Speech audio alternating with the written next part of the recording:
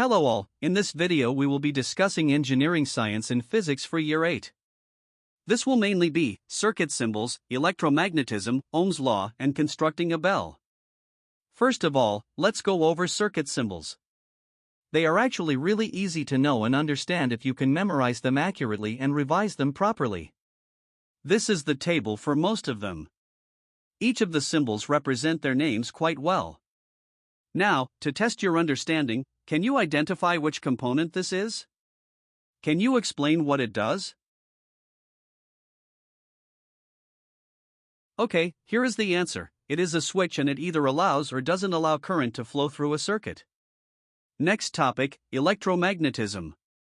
In electromagnetism, we study two things that go together, magnetism and electricity. Magnets always have a magnetic north pole and a magnetic south pole. If you get two magnets, and put north and north, or south and south together, they will repel each other. However, north and south will attract each other. This is because of magnetic fields and magnetic field lines. A magnetic field is a region where a magnetic pole feels a magnetic force.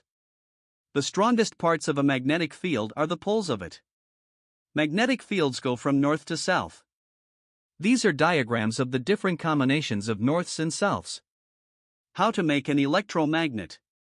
Get an iron nail and some coil, wrap the coil around the nail and give the coil current. This will create magnetism. This is also what is inside a bell. Take an electromagnet and connect it to a circuit. Have a bell and a long piece of metal, and an electrical contact touching that long metal, so when the long metal goes away from the electrical contact, it breaks the current. When you give current to the circuit, the electromagnet will attract the long piece of metal, which will hit the bell and produce a noise. However, after that, the current breaks, because the long piece of metal will not be connected to the circuit anymore, and therefore, the electromagnet stops attracting the long piece of metal, and it will come back to the original place it started. But then, at the original place, there is current, so there is just a loop where the bell is hit over and over again. Next, let's talk about Ohm's law. It is really just the formula for the relation between voltage, current, and resistance. Voltage uses the letter V and is usually measured in volts, the current uses the letter I and usually measured in amps, A, and resistance uses the letter R and is usually measured in ohms, ohm symbol. V equals I times R, I equals V over R, and R equals V over I.